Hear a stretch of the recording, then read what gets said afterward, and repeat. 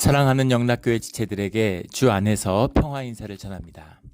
오늘은 2023년 10월 26일 목요일입니다. 오늘의 묵상 본문은 민수기 33장 1절로 56절까지의 말씀입니다. 오늘 본문 말씀 33장 1절부터의 말씀은 이렇게 시작합니다. 모세와 아론의 인도로 대오를 갖추어 애굽을 떠나 이스라엘 자손들의 노정은 이러하니라. 오늘 노정은 이러하니라 33장의 중심은 40년간의 광야의 행진에 노정을 기록한 것이죠. 어디에 진을 쳤는지 진을 쳤던 장소들을 쭉 기록하는 것입니다. 그리고 그 노정을 기록한 이유는 여호와의 명령대로 그들의 행진한 것을 기록하였으니 하는 2절의 말씀대로 주님의 명령이었다는 거죠.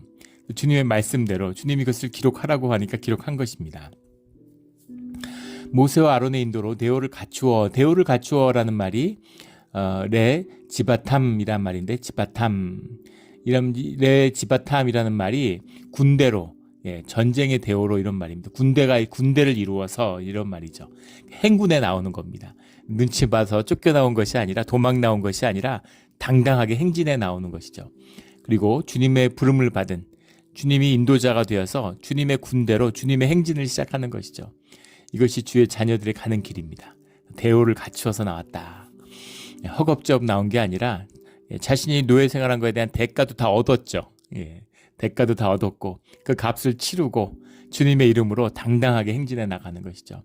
우리 늘 주님의 이름으로 당당하게 행진해 나가는 우리 모두가 되기를 주의 이름으로 축원합니다. 대오를 갖추어 나왔죠. 노정을 쭉 시작하게 되는데 그 노정은 이러했다. 그것을 주님이 기록하게 하셨다라는 겁니다. 3절에 그들의 첫째 달 15째 날에 6월절을 다음날 출발을 하는 거죠. 첫째 달, 이 이스라엘의 종교력이 시작된 것이 6월절 때문인 거죠. 원래 이것이 첫째 달이었던 것이 아니라 6월절이 있었기 때문에 새로운 시작을 한 겁니다. 400년의 세월을 청산하고 새로운 시작, 새로운 출발, 새로운 시간을 갖는 거죠. 이것이 주님과 함께하는 여정의 특징이에요. 새로움입니다. 내가 만물을 새롭게 하노라 라고 하는 주님의 말씀처럼 계시록의 말씀이죠. 새롭고 또 새로워지는 겁니다. 그래서 우리의 과거가 어땠던 옛날에 어땠던 뭐가 어땠던 아무 상관할 것이 없어요. 주님을 만나면 주님 안에서 모든 게 새롭게 출발하는 겁니다. 노예였는데 온갖 굴레가 있었는데 그걸 깨끗이 다 끊어버리고 시작하는 것이죠.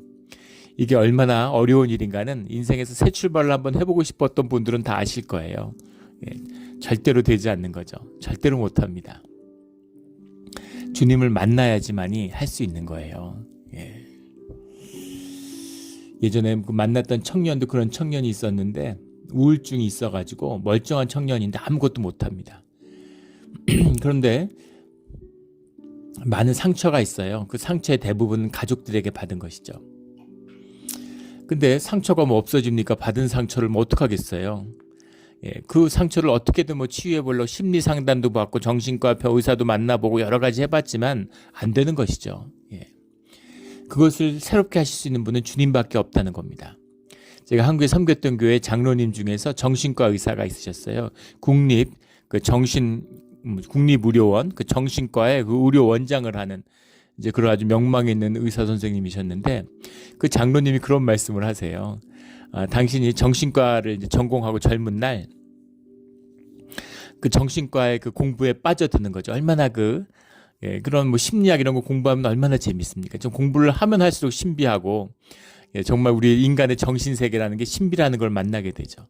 근데 환자 중에서 붉은색만 보면 우리 예전에도 몇 번 다 나눈 적이 있었는데 붉은색만 보면 두려움에 떠는 붉은색만 보면 경기를 일으키고 막 무서워서 움츠려드는 이제 그런 사람이 있었다는 거죠. 환자가. 그래서 오랜 상담 치료와 그런 무슨 최면 치료도 해보고 여러 가지 뭘 많이 해, 약물 치료도 하고 상담도 하고 여러 가지 기법을 한 끝에 1년여간의 그 치료 끝에 그 깊은 무의식의 깊은 곳에서 본인은 완전히 잊었죠. 의식이 눌렀으니까. 근데 그 무의식을 살려내서 그 무의식 가운데 무엇을 읽어냈냐면 그 어렸을 때 아빠 엄마가 싸우는데 아버지가 엄마를 확 밀어가지고 그 벽에 부딪혀서 머리가 이제 깨지면서 피가 팍 튀었는데 이제 그게 어린 나이에 너무 엄청난 충격인 거죠. 예, 엄청난 충격입니다. 그래서 그 붉은색에 대한 공포감이 깊은 트라우마가 사로잡힌 거죠.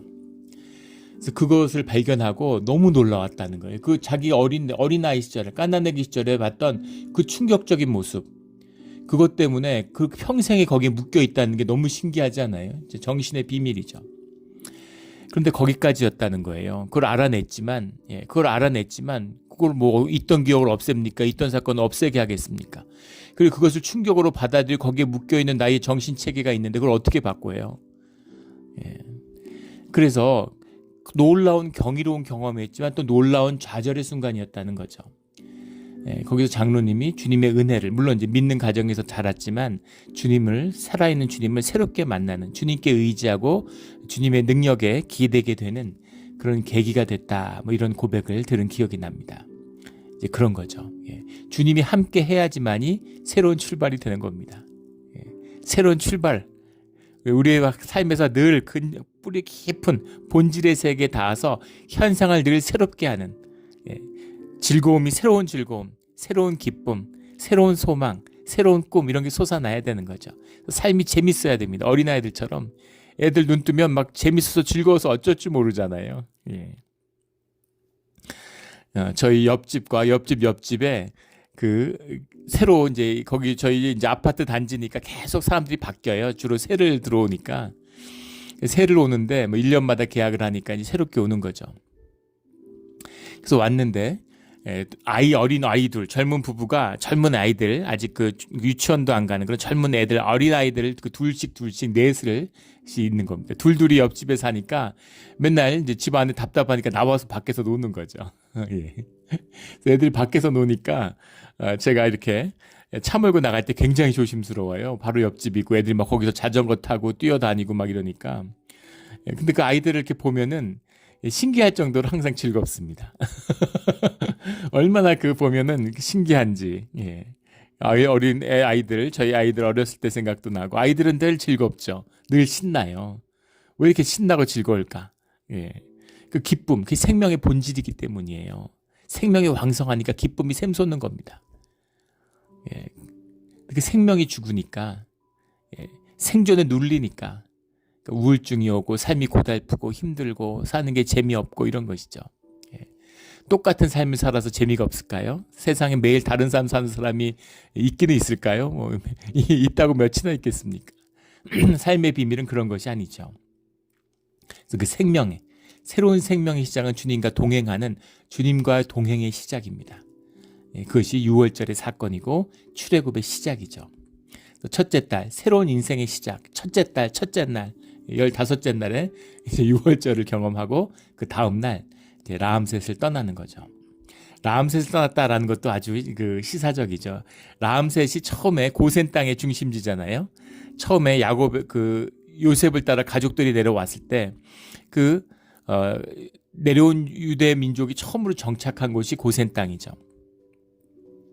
그 고센 땅에 정착했는데 고센 땅에서 시작해서 물론 애굽 전역에 퍼져 살았겠지만 400년을 지나서 고센 땅에서 다시 출발하는 겁니다. 들어왔던 곳으로, 정착했던 곳으로 400년을 살던 곳에서 새로운 출발, 자유인의 노예였는데 이제 자유인으로서 주님의 자녀로서의 새로운 삶이 시작되는 거죠. 우리 그런 시작이 열리는 오늘이 되기를 주의 이름으로 축원합니다. 4절에 애굽인은 여호와께서 그들 중에 치신 모든 장자를 장사하는 때라. 6월절로 인해서 장자를 치셨죠. 주님의 심판이 내려진 뒤에 모든 사람들은 슬퍼하는데 지금 주의 백성들은, 이스라엘은 기뻐하는 것이죠.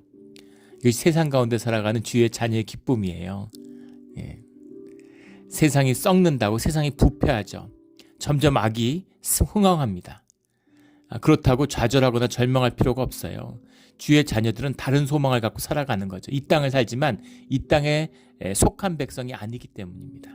하늘나라에 속했기 때문에, 주님을 향한 꿈이 있기 때문에, 하나님을 향한, 나라를 향한 소망이 있기 때문에, 그렇기 때문에 그 안에서 기쁨으로 살아가는 거죠. 애굽의 모든 사람이 슬퍼 눈물 흘리고 있는데 주님 안에서 기쁨으로 행진하는 겁니다. 우리 이 약한 세상 가운데 의로운 기쁨과 희망의 찬양과 경배의 찬양을 그 행진을 시작하는 우리 주의 자녀들이 되기를 주의 이름으로 축원합니다. 그런 것을 시작하는 거죠. 그들의 신들에게도 벌을 주셨더라. 그들의 신들에게도 벌을 주셨다라는 말씀이 아샤 셰파팀이라는 말인데 많이 나오는 말이죠, 성경에. 아샤라는 건 to make라는 거고 셰파팀이라는 건 샤파타라는 게 원형이죠. judgment, 뭐 govern, 다스린다, 심판한다 이런 얘기입니다. 벌을 주셨다기보다는 주님의 심판이 임했다는 거. 주님의 심판이 임했다는 게 무슨 말이에요? 주님의 세계가 임했다는 건 본질의 세계가, 진실의 세계가 임했다는 것이죠. 진리의 세계가 임했다는 겁니다. 그러니까 거짓은 날아가는 거죠. 거짓은 그대로 그냥 심판을 받아버리는 거죠. 그걸로 그냥 끝나버리는 겁니다. 그래서 거짓과 진실은 싸우지 않죠. 진실이 나타나면 거짓은 그냥 꺼져버리는 거예요. 빛과 어둠이 싸우나요? 빛이 임하면 어둠은 사라져버리는 겁니다. 그래서 그 존재 자체가, 주님의 임재 자체가 승리가 되는 거죠. 주님이 오셔서 뭐 아까 싸우고 이런 게 아니에요. 빛으로 임하면 어둠은 그냥 사라져버리는 겁니다. 그래서 뭐 우상을 무너뜨리고 깨고 뭐 이런 게 아니라 진실이 드러나니까, 애굽의 우상이라는 것이 인간이 만들어낸 거짓이라는 것을, 인간이 자신의 영을 투사한 것에 불과하다는 것이 한순간에 드러나 버린 것이죠. 이것이 거짓 종교에 대한 심판이죠. 비유가 좋은지 모르겠는데, 이를테면 제가 만약에 가짜 목사라고 한번 생각해 보세요. 뭐 신학 끝나고 안수 받은 게 다 가짜인데, 그런데 진짜 목사인 것처럼 이렇게 거짓으로 목사를 하고 있었다. 그런데 그 진실을 아는 사람이 한번 나타났다고 생각해 보십시오. 그러면 그 순간 이 모든 거짓 권세가 다 꺼져 버리는 거죠.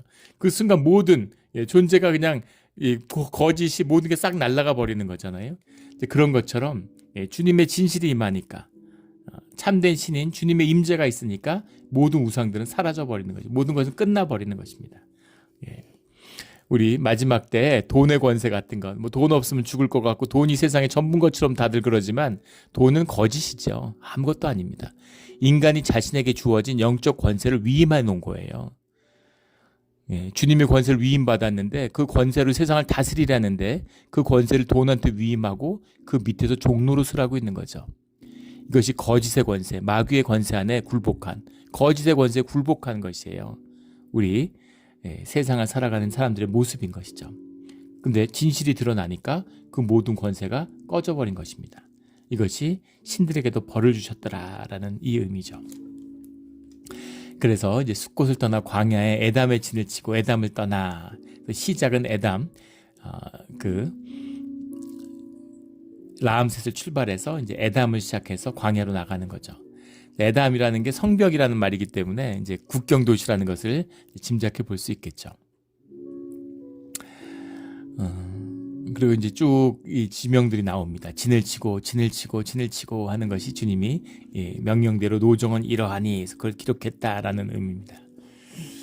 근데 이 뭐 도시들의 의미들, 이것이 뭐 출애굽의 역사고 여호수아기의 출애굽의 뭐 민수기에 계속 나오고 있는 그 역사의 기록들이죠. 지명들이 쭉 나오는 것이죠. 그런데 이 지명에 대해서 뭐 여기다, 여길 것이다, 뭐 이렇게 막 얘기를 하는데 그 의미가 없죠. 예. 어딘지 몰라요. 추측할 뿐인데 뭐 이런저런 가정들이 있는 겁니다. 3,500년 전의 사건이에요. 지금하고 완전히 다릅니다. 지금은 북아프리카에 사하라 사막이 있지만 이 시대, 모세의 시대에는 사하라 사막이 아니었다는 거죠. 초원이었다는 겁니다. 예. 우리 신라 시대 유적이 발굴됐는데 거기서 그 백마총 이런 데서 그 천마총이죠. 백마총이 아니고 천마총에서 그 유리잔이 나왔는데 유리잔이 로마에서 만들어진 것이라는 것을 이제 알게 됐죠. 놀랍지 않습니까? 그 시절에 로마에서 만들어진 유리잔을 신라시대 왕실에서 쓰고 있었던 거예요. 어떻게 그럴 수가 있을까? 초원길. 그 당시에는 지금보다 훨씬 더 풍요로웠던 거죠. 이 중앙아시아의 초원길이. 거기에 문명들이 많이 피어났던 겁니다. 그걸 따라서 무역이 굉장히 활발했던 거죠. 허황옥의 이야기. 그 인도에서 이렇게 시집으로 왔잖아요. 신라로. 그런 이야기들. 그러니까는 그 시대가 보정되어야 되는 거죠. 그래서 그 시대에 지금의 시각에서 여길 것이다, 뭐 일로 지나갈 수 있는데 뭐 여기는 뭐 강물이 어떻고 이런 얘기들은 다 사실은 허무한 얘기입니다. 예. 그래서 중요한 것은 무엇이냐면 진을 치고 이야기죠. 이 기록은 출애굽을 한 이스라엘에게는 굉장히 소중한 기록들이죠. 왜일까요? 진을 치고라고 하는 것. 예. 진을 치고 주님을 한 가지 의미는 이런 것이죠. 우리 베드로전서 2장 1절인가에 나오는 2장에 나오는 그 신앙이란 무엇인가? 나그네와 행인의 삶이다. 이렇게 이야기합니다. 하늘에 뿌리를 두고 땅에다가 열매를 맺는 그런 생명나무의 삶이죠. 이방인으로 살아가는 삶, 이 땅에서 이방인으로 사는 것입니다. 이게 신앙인이에요. 땅에 뿌리를 내는 것이 아니라 하늘에 뿌리를 내는 백성이죠. 그리고 주님이 우리를 계속 이렇게 그 유랑을 시킨다는 겁니다. 떠돌게 만드시는 거죠. 우리 이민자의 삶을 생각하시면 되죠. 이민교회 영성의 뿌리는 이민자의 삶에서 오는 거죠. 뿌리 내릴 수 없는, 주님께 의지할 수밖에 없고 주님 안에서 내 정체성을 찾을 수밖에 없고 주님만이 나의 소망이 되시는, 저는 이민교회의 소망과 꿈이 크다고 봅니다. 한국교회가 타락하고 쇠퇴하고 있는데 한국교회의 희망은 연약해 보이고 부족해 보이지만 저는 이민교회가 한국교회의 희망이라고 믿어요. 이민교회가 한국교회를 새롭게 할 거라고 생각합니다. 근데 이민자의 영성이라고 하는 것, 이것이 바로 나그네의 영성, 떠도는 사람, 광야의 영성이죠. 세상에 땅에 뿌리를 내리지 못하게 하는 거예요. 땅에 뿌리를 내려서 땅의 기운을 받지 못하게 하는 겁니다. 그렇게 살아가는 거죠. 그런데 그 삶을 주님이 기억하신다는 겁니다. 제가 돌아보니까 주님 영접하고 한 24년, 25년 됐는데 이사를 한 14~15번 정도 한 것 같아요. 그나마 최근에 지금 7년을 한 곳에 살고 있기 때문에 그런 거, 그전에는 거의 해마다 길어야 2년, 3년이면은 이사했던 것 같습니다. 이사하고 또 이사하고.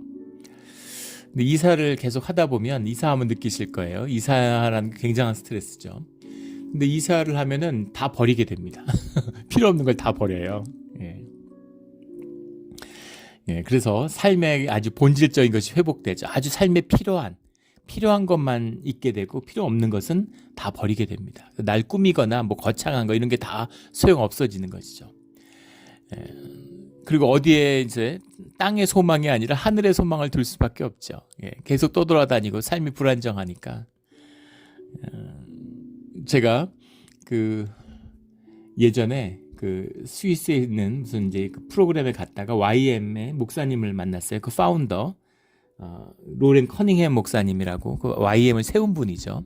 유스 위드 미션이라고 하는, 우리 지지난주에 오셨었던 조항권 선교사님이 이제 소속된 그런 훈련받고 파송받은 선교단체죠. 그 로렌 커닝햄 목사님을 이제 만나서 식사도 하고 를 기회가 있었는데, 제가 그 목사님한테, 그때 제가 만났을 때는 뭐 지금부터 한 16, 17년 전, 17, 18년 전이니까 오래 전입니다. 아이들이 어릴 때죠. 그래서 이제 이사를 하는데 10번도 넘게 이사한 것 같다 이렇게 얘기하니까 로렌 커니햄 목사님이 33번 이사를 하셨다 그러더라고요. 살아계신 주님을 만난 다음에 근데 선교사의 삶을 사니까 33번 이사했는데, 우리는 괜찮은데 아이들이 걱정이다. 아이들이 어디에 뿌리를 못 내면 정서적으로도 불안하고, 애들이 자꾸 이사 다니면 어디에도 이제 마음을 붙이려고 하지 않잖아요. 그러니까 그 목사님이 굉장히 중요한 가르침을 주셨어요. 그래서 어디 가든지 아이들이 중요한데 아이들이 이게 아주 중요한 노하우를 알려주셨습니다.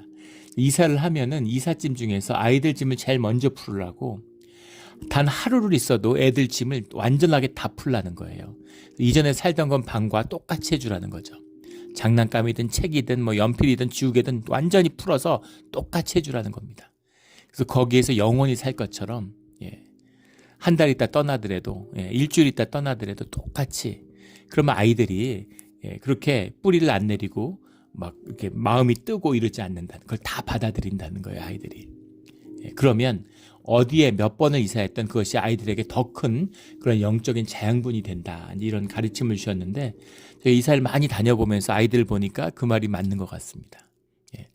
박스 같은 거 쌓아두지 말고 대충 사는 것처럼 하지 말고 한 달 있어도 완전히 풀고 완전하게 적응해야 된다라는 거죠.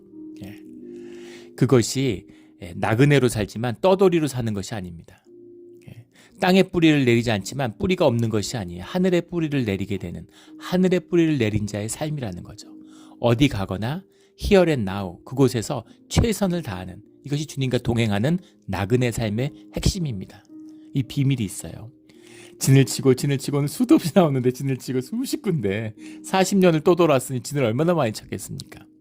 진을 쳤다. 오늘 진을 쳤다는 것과 구별되는 중요한 말씀이 있는데 36절에 에시온 게벨을 떠나 신광야 곧 가데스의 진을 치고, 에시온 게벨을 떠났는데 신광야 곧 가데스의 진을 치고, 이게 무슨 얘기일까요? 10일부터 14일 정도 걸어서 걸리는 시간이라고 그래요. 그러면 하룻밤 사이에 가데스까지 갔다는 이야기일까요? 그럴 수 없죠. 지금 200~300만이 이동하는데 어떻게 그렇게 갑니까? 사실은 11일, 24일보다 더 걸렸겠죠. 그런데 에시온 게발을 떠나 신광야 곧 가데스의 진을 치고라는 말, 에시온 게발부터 가데스 사이에서는 왜 진을 치지 않았을까요? 진을 안 치면 밤에 계속 걸었다는 얘기일까요? 이게 무슨 얘기입니까? 노숙을 했다는 얘기죠. 캠핑아웃을 했다는 얘기예요.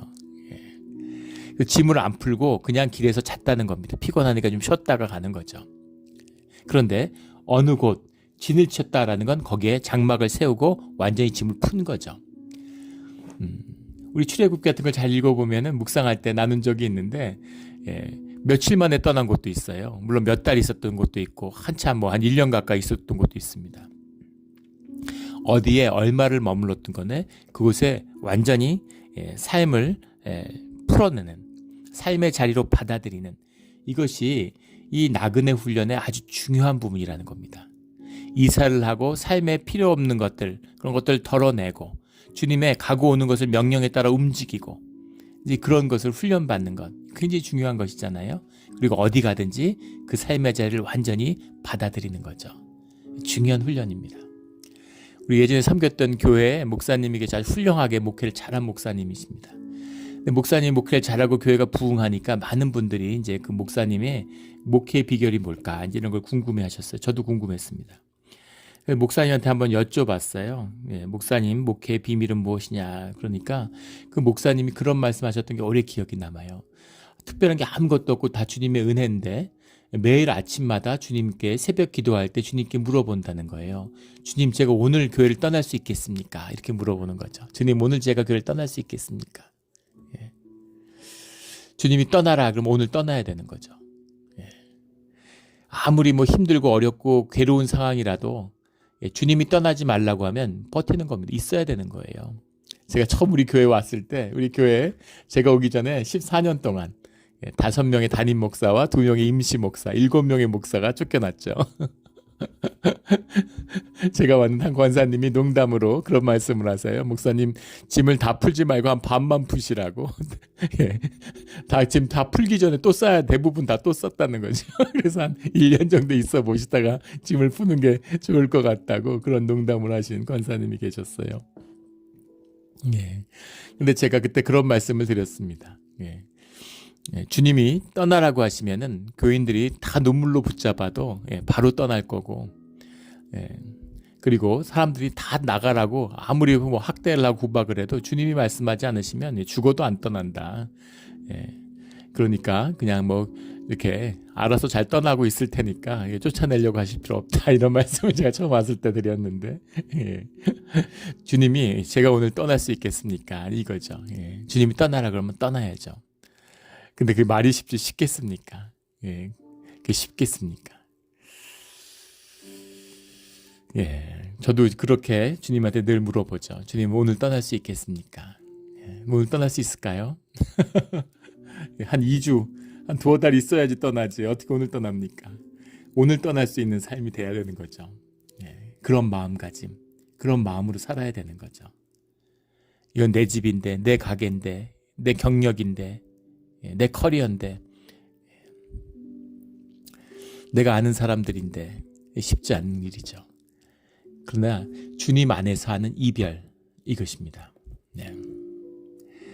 오늘 노정이라고 해석된 이 노정은 이러하니라 이렇게 해석했는데 엘레흐 마세라는 말이에요. 엘레흐 마세, 엘레흐라는 게 이제 디스 이것들 뭐 이런 것이고 마세라고 하는 것이 이제 뭐 이걸 영어로는 뭐 the journeys 이렇게 해석을 했는데 마세라고 하는 것이 출발, 떠남, 이별 이런 것입니다.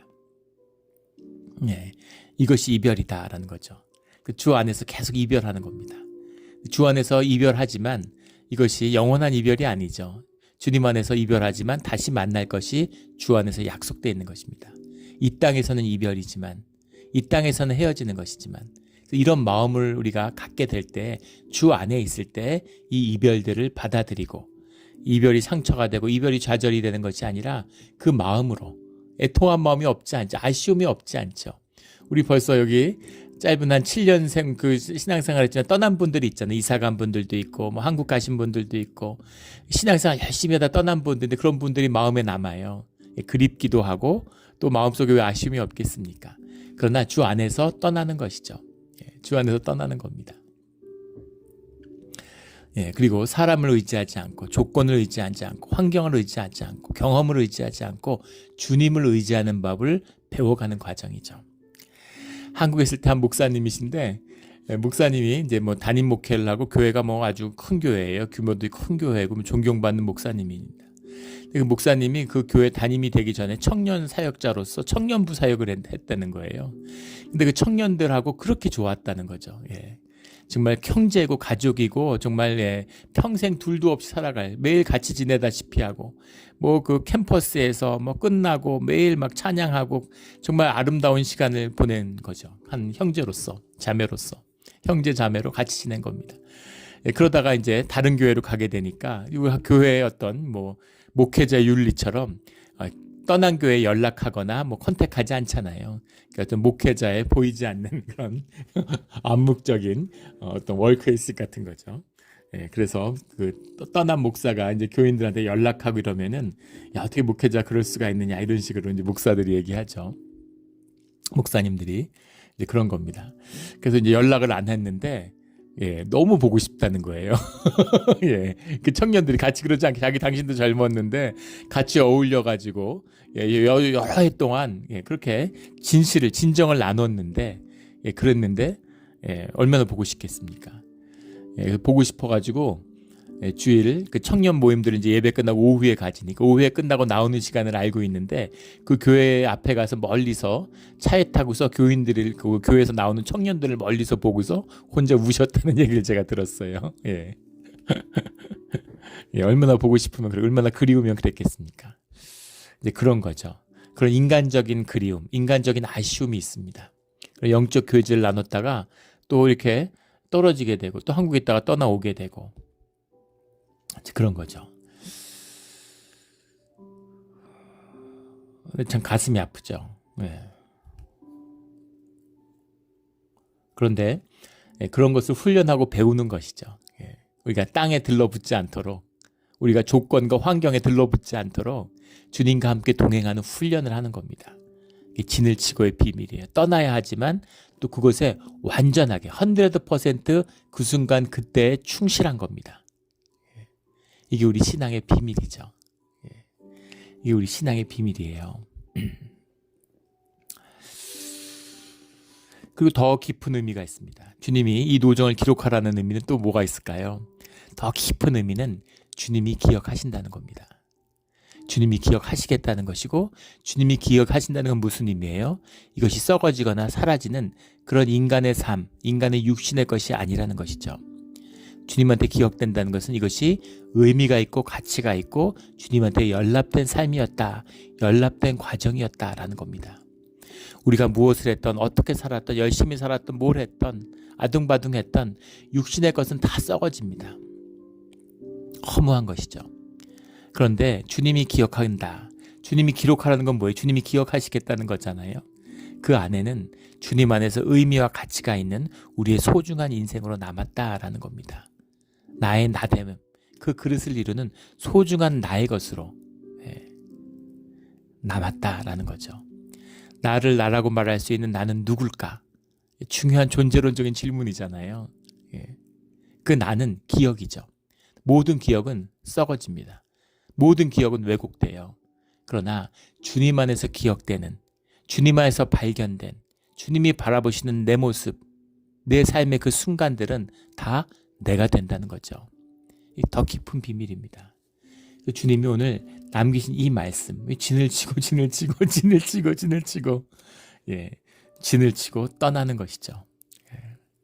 우리 삶의 자리에서 100% 깊이 충실하게 100%로 살고, 또 주님이 부르실 때는 아무 아쉬움 없이 떠날 수 있는 우리 삶의 자리가 되기를 주의 이름으로 축원합니다.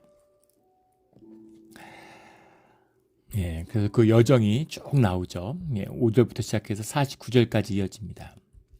49절에 요단강 모압 평지의 진영이 벳 여시못에서부터 아벨 시담에 이르렀더라.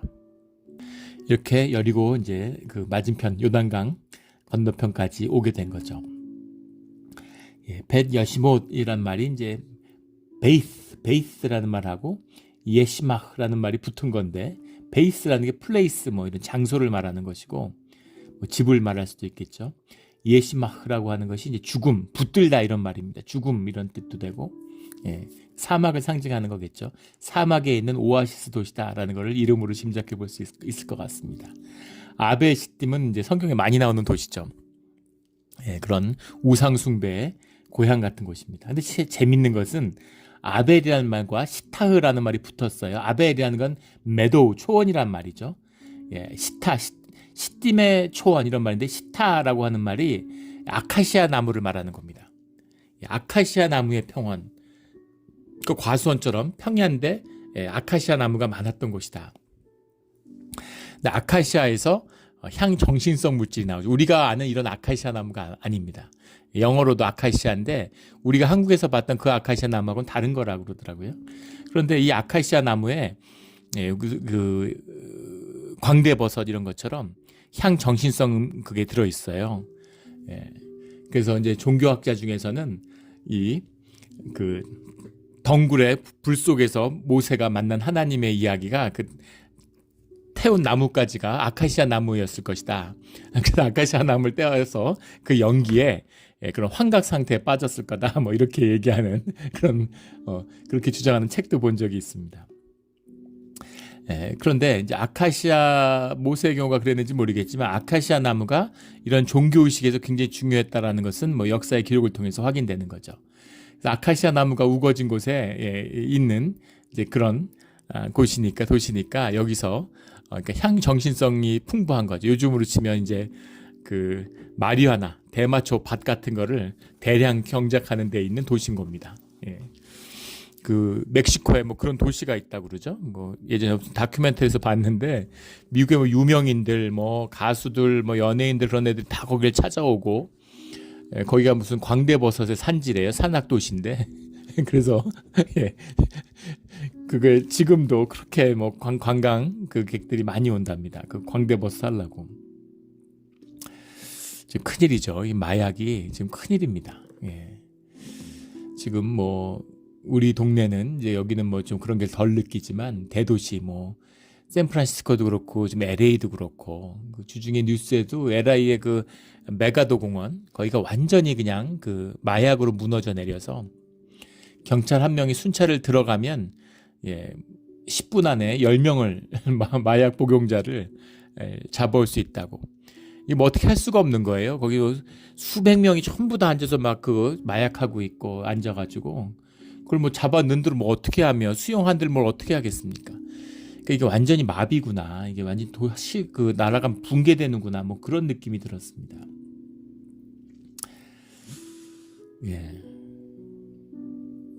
아벨 시딤, 우상 숭배 도시에 도착해서 이제 그걸 돌파해야 되는 그 앞에 서 있는 거죠.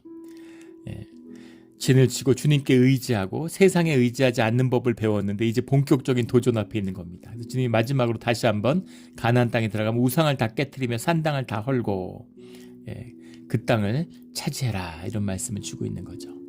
55절에 그 땅의 원주민을 너희 앞에서 몰아내지 아니하면 너희가 남겨둔 자들이 너희의 눈에 가시와 너희의 옆구리에 찌르는 것이 되어 56절에 나는 그들에게 행하기로 생각한 것을 너희에게 행하리라.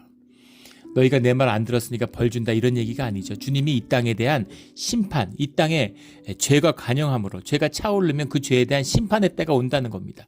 그 심판의 때에 너희가 죽지 않는 주님의 자녀들을 지키기 위해서 주님이 오래 참고 기다리시는 거죠. 너희가 준비되면 폭격을 하는데, 비유가 좋은지 모르겠지만 이 땅굴을 파고 이런 안에 있는 그런 걸 대피소를 파라는 겁니다. 그래서 그 준비 다 되면 위에서 폭탄 터뜨린다는 거죠. 근데 그 준비 안 됐으면, 분리가 안 됐으면, 아직 대피소로 자녀들이 대피가 안 됐는데 거기다가 폭탄 터뜨리는 부모가 어디 있겠어요. 기다리고 계시는 거죠. 그런데 그 일들을 철저히 해야 된다는 거예요. 너희 남겨두지 말아라. 너희 눈에 가시와 너희 옆구리에 찌르는 것이 된다. 그 사람들을 진멸하는, 그 사람들이 뭐 죄가 있습니까? 뭘 나쁘게 눈앞에, 물론 다 죄인이지만 우리가 그 이스라엘 눈앞에 이스라엘보다 뭐 더 죄인이겠어요? 뭐 더 큰 무슨 죄를 졌겠어요? 다 먹고 살려고 열심히 살고 있는데, 또 우리가 육신을 입었으니까 육신의 유욕을 위해서 서로 욕심 채운이라고 뭐 이런저런 일도 하고 죄를 짓는 거죠. 그런데 그것을 제하지 않으면 결국 너희가 그것에 굴레에 빠진다. 너희가 그것에, 우리 예전에 죄 얘기를 하면서 곰팡이의 비유를 들었죠. 곰팡이가 슬었는데 빵이 아깝다고 그걸 놔두면 전부 다, 사과가 10개가 있는데 1개가 썩었다고 해서 그 사과가 너무 아까워가지고 버리지 않고 놔두면 10개가 다 썩죠. 그런 것처럼 그것을 이제 죄라고 생각한다면 깨끗이 완전하게 잘라내야 된다. 그런 말씀이죠. 너희가 그래야 거룩해질 수 있다. 그것을 통해서 너희가 거룩하여진다. 너희의 그 너됨, 나의 나됨, 그 삶이 피어나는 그 비밀, 그것을 깨끗이 40년 광야에서 이 훈련을 받았는데도 그걸 못하는 거죠. 얼마나 어려운 일입니까? 고비를 넘어가야 되는 거죠. 우주선을 쏘면 우주선은 연료의 95%를 대기 중에서 다 쓴대요. 지구의 중력을 벗어나기만 하면 그때부터는 뭐 완전 헐헐 날아가는 거죠. 그때부터는 뭐 진짜 뭐 거침없이 원료도 필요 없고 그냥 쫙쫙 가는 겁니다. 관성으로. 근데 이 대기를 벗어나는 게 그렇게 힘들어서 땅에서 잡아 당기는 거죠. 땅으로 떨어지는 겁니다.